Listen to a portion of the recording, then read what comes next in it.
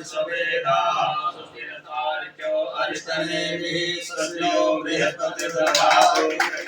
समाज को एकत्रित करने वाला केवल ब्राह्मण, सदियों से किसी भी भांति हम सरकार से भी यह निवेदन करते हैं या बराबर मांग करते हैं कि संस्कृत शिक्षा को जो है अनिवार्य किया जाए।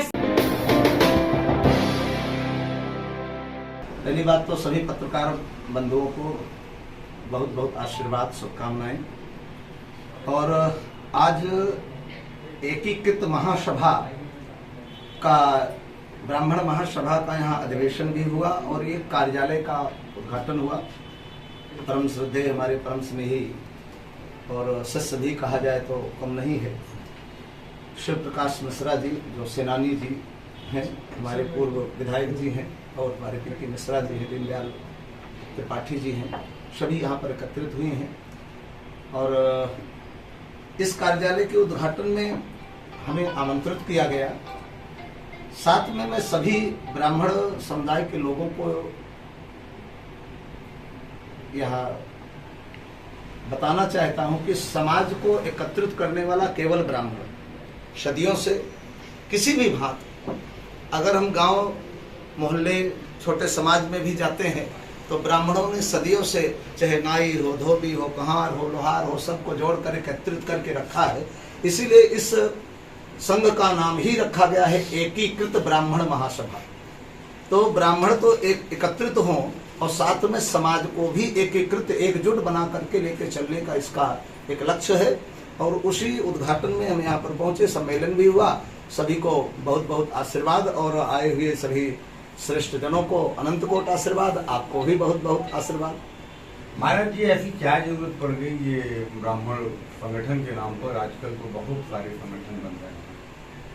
देखिए, संगठन की और शुरुआत हो रही है।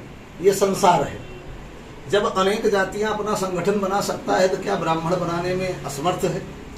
पहली बात, संगठित रहना तो जीवन का पहला उद्देश्य होना चाहिए मनुष्य का, चाहे घर हो, चाहे परिवार हो, चाहे समाज हो और चाहे हमारा देश हो। तो सब कोई संगठित रहेंगे तभी आपका कल्याण भी है, अन्यथा कल्याण नहीं है। आज अनेक लोग हैं जो खुलेआम मंच पर गालियां दे रहे हैं ब्राह्मण को, तो उसके लिए कोई भी व्यक्ति सामने आकर के खड़ा हो सकता है क्या? और अगर ब्राह्मण नहीं बोला तो क्या सदियों ब्राह्मण सबको, संसार को साथ में लेकर के उसको अग्रसर करके उसको अपने वेद वेदांत के अध्ययन से उनके कल्याण के लिए सब कुछ करने को तैयार है? तो क्या गाली खाने के लिए कार्य करना पड़ेगा? तो इसलिए सबको एकत्रित होना जरूरी है। एकीकृत ब्राह्मण महासंघ लोक कल्याण को समर्पित है और यह आज भारत सहित 7 देशों में यह संगठन आज सबके प्रयास से पहुंचा है। और एकीकृत ब्राह्मण महासंघ का जो उद्देश्य है, आज हमारी विलुप्त प्राय संस्कृत शिक्षा है, जिसके लिए न कोई संगठन बोल रहा है, न कोई पार्टियां बोल रही हैं, न कोई नहीं बोल रहा है। और हमारे जो गुरुकुल थे आज वो भी समाप्त हो चुके हैं। और हम सबका एक प्रयास है कि गुरुकुल की स्थापना हो संपूर्ण भारत में, क्योंकि जिस संस्कृत से आज वेद पाठ, हम देवी देवताओं सब कुछ, अगर आज आयुर्वेद भी जिसके आगे विश्व नतमस्तक हुआ है, पूरा विश्व नतमस्तक हुआ है और पूरे विश्व ने देखा है इसको, तो वह भी आयुर्वेद भी संस्कृत शिक्षा से ही बना हुआ है। तो आज यह संस्कृत शिक्षा को बढ़ावा देने के लिए आज एकीकृत ब्राह्मण महासंघ के द्वारा 1500 बेटियों का विवाह, जो कि यह मात्र 2.5 साल का संगठन है, किया जा चुका है। बहुत से परिवारों को छत, इलाज से लेकर बहुत सारे कार्य एकीकृत ब्राह्मण महासंघ के द्वारा समाज में किए जा रहे हैं और निरंतर किए जाते रहेंगे। पंडित जी, देश में मोदी जी की सरकार है, प्रदेश में योगी जी की सरकार है, उसके बाद संस्कृत भाषा का उद्धार नहीं हो रहा है। कहाँ पर पा रहे हैं योगी और मोदी की सरकार? जी, यह बड़ा दुर्भाग्य है कि अगर हम संविधान 28, 29, 30 खोल कर देखते हैं, जिसमें यह लिखा हुआ है कि हम भारत में रहकर अपने संस्कृत शिक्षा और वेद पाठ को अपने विद्यालयों में नहीं पढ़ पाते हैं, नहीं पढ़ सकते हैं, नहीं पढ़ा सकते हैं, यह हमारा दुर्भाग्य है। लेकिन हम यह जानते हैं कि ब्राह्मण समाज के द्वारा आज कई गुरुकुल के विद्यालय की स्थापना की जा रही है। मैं सरकार की बात कर रहा हूँ।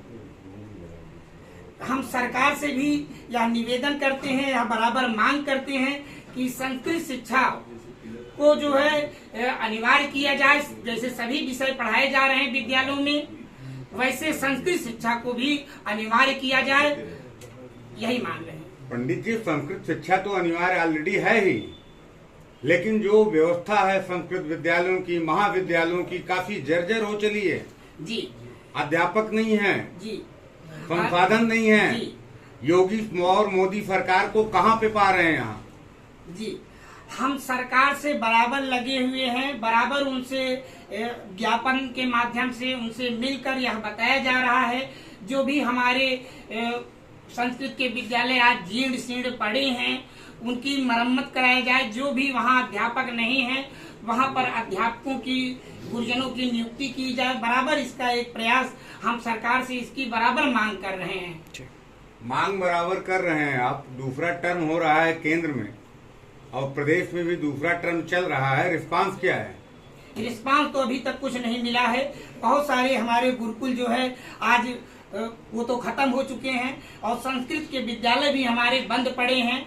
और यहाँ हम बराबर देख रहे हैं कि और विद्यालयों को जो है बहुत सारी सुविधाएं दी जा रही हैं, लेकिन आज हमारे संस्कृत के विद्यालय बंद पड़े हैं। महाराज जी, आपका क्या कहना है मोदी और योगी जी की सरकार को लेकर, संस्कृत भाषा को लेकर के क्या रुख है?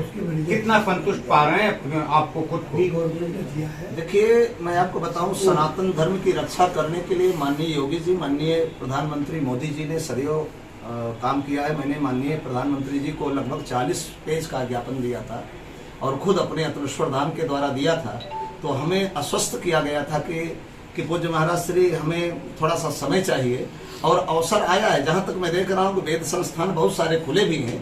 जैसे आप उज्जैन में जाइए, संदीपनी वेद विद्यालय जो है, ये जगह जगह लोगों को मान्यता प्रदान कर रही है। वहाँ के जितने भी गुरुकुल के विद्यार्थी 1000 रुपए उस बच्चे को वित्त के रूप में, उसके मनोबल को बढ़ाने के लिए, पुस्तक आदि खरीदने के लिए ट्रस्टों को भी दिया जा रहा है। तो ये केवल मानव संसाधन मंत्रालय के ही द्वारा हो रहा है। अभी भी इस पर बहुत सारा जी, मैं संस्कृत स्कूलों की बात कर रहा हूँ। योगी सरकार का 5 साल पूरा हो चुका है, ये दूसरा चल रहा है। संस्कृत विद्यालयों के लिए, हमारे जो संस्कृति, जो संस्कार हैं, उसके लिए सरकार द्वारा क्या किया गया है? कितना संतुष्ट हैं आप? देखिए, मैं लगभग संतुष्ट हूँ। आपको और बहुत स्पष्ट बता दूं, अभी तक जितने आप लगभग 70-72 वर्ष हो गए आजादी के, आपने क्या देखा सनातन धर्म के उत्थान के लिए?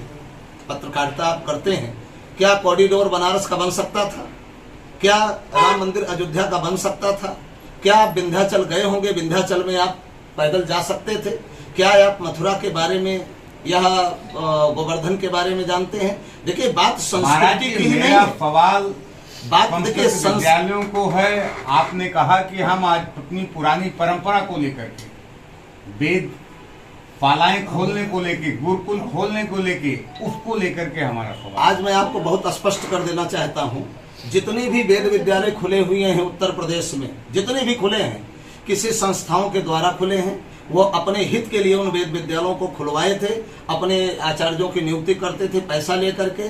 उन वेद विद्यालयों को बंद करना चाहिए और संतों के ही द्वारा वेद विद्यालय चलवाना चाहिए। संत समाज का अग्रसर है और संतों को गुरुकुल चलाने की उनको अनुमति देना चाहिए। उनको धन नहीं चाहिए, वैभव नहीं चाहिए, वहाँ तो केवल मास्टर चाहिए और संतों के अधीन रहेगा। तो मेरी गारंटी है कि वो संत निश्चित वो विद्यालयों को चलाएंगे। जिस संस्थाओं को चलाना चले उस विद्यालय का सत्यानाश होगा। इसको लिख करके देख लीजिए। कहने का मतलब ये जो विश्वविद्यालय संस्कृत के हैं और जो कॉलेजेज हैं, इनको बंद कर देना। क्या स्थिति है? आप बनारस विश्वविद्यालय की बात कर लीजिए, संपूर्णानंद की बात कर लीजिए। पान खा करके जाइए, वहाँ देख रहे हैं थूक रहे हैं, वहाँ डस्टबिन में थूकने के बजाय कुर्सी के बगल में थूक रहे हैं।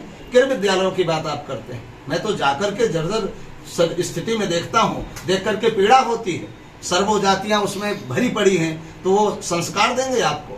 केवल वेद विद्यालय में आचार्य गण हुआ करते थे और आचार्य केवल ब्राह्मण हुआ करता था। आज अन्य जातियां जब से भरी पड़ी हैं तो उन विद्यालयों की दुर्दशा हो रही है, आगे भी होती रहेगी। ये नोट कर लीजिएगा। मैं बहुत स्पष्ट कर देना चाहता हूं कि जिस दिन क्योंकि गुरुकुल चलाने में सामर्थ्य केवल ब्राह्मण है, अन्य जातियां गुरुकुल नहीं चलाएंगी। अगर चलाएंगी तो उसमें स्वार्थ होगा उनका, तब चलाएंगे। ब्राह्मण का अपना कोई स्वार्थ नहीं है, संतों का अपना कोई स्वार्थ नहीं है। मैं लगभग 40 से 45 विद्यार्थी हमारे गुरुकुल में हैं, 1 रुपए उनके माँ बाप से नहीं लेता हूँ। अतुलेश्वर धाम वेद विद्यालय आप कैसे भी डाल दीजिए, और आप नेट पे भी देख सकते हैं, आप अन्य प्रकार से भी देख सकते हैं। हमारे विद्यार्थी भी आए हुए हैं, 15-16 साल के हैं, आप इनके 40 अध्याय वेद सुन सकते हैं। तो और यही नहीं, इंग्लिश के भी किसी चैप्टर को दे दीजिए, आपको पढ़ के सुनाएंगे। आधुनिकता के साथ साथ, संस्कृति के साथ साथ हमें सामाजिक और आधुनिकता, आज के ज्ञान और विज्ञान के साथ भी चलना चाहिए। देश दुनिया की ताज़ा तरीन खबरों से रूबरू होने के लिए सब्सक्राइब कीजिए आपका अपना चैनल NDTV भारत।